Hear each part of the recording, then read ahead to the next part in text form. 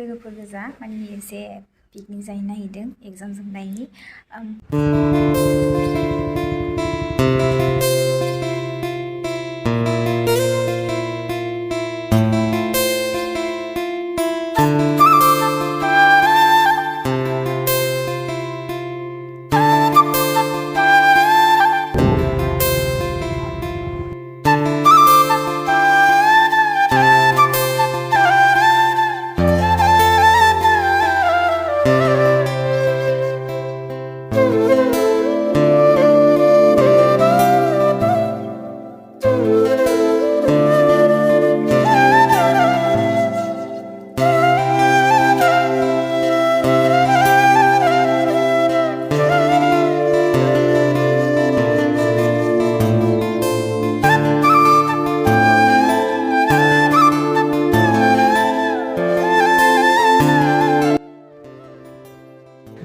hello टुब्बु बेरायनानै मोजां मोनबाय ना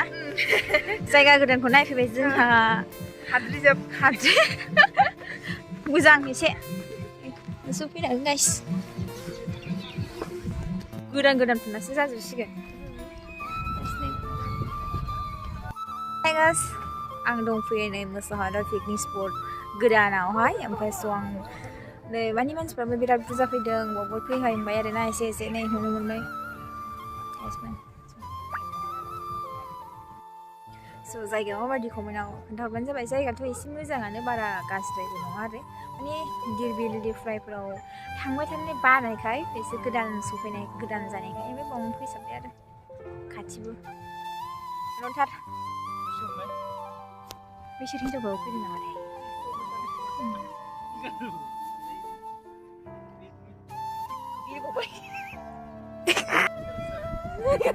लोगो हांगासिनो नै जोंना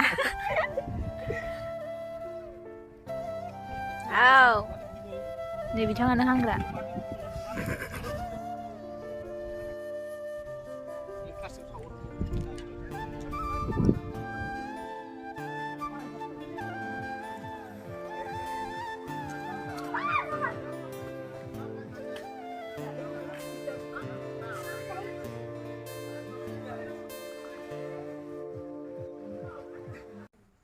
नै जा लोगोजों आंजों एसे रिल्स सिल बानायबाय स'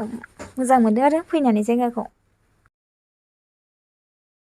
स' गाइस व्लग जों थांसैनिफ्राय बाय बाय फट' खेबनाय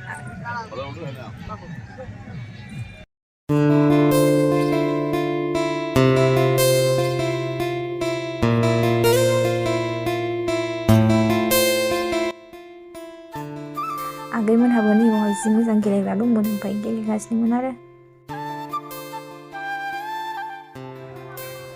नैबावहाय फिसा फिसा दखान होनानै दं आरो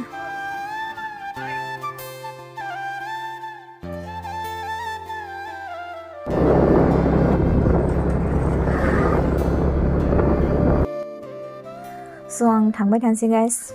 न' रुम फारसे थांफिनसै ओमफ्राय थांनानै नै आं बिसालाव एसे हाबनांगौ दंमोन ओमफ्राय हाबबोबाय आरो बिसालाव ओमफ्राय बे गस्लाखौ आं बिराद मोजां मोनोमोन लायासै ओमफ्राय सासे लोगोआ कल खालामबाय थादोंमोन आंनावहाय माने मा होनो रमानपारायावहाय बल्लांपा थियेटार जादोंमोन आरोना बे थियेटारखौ नायनो थाखाय आंखौ लेंहरबाय थादोंमोन ओमफ्राय नै माने स्टार्टिं जाबाय आरो बल्लांपा थियेटाराबो ओमफ्राय बेखौ नायनोसै आरो जा गुसुमोन दिना स' लोगोफोर आंनि भिडिअखौ बावनो एन्ड खालामसै होमबा आंनि भिडिअखौ नायनो मोजां मोनोबा अननानै लाइक कमेन्ट खालामनो बावनाङा थेंक इउ फर वाचिं बाय बाय लाभ इउ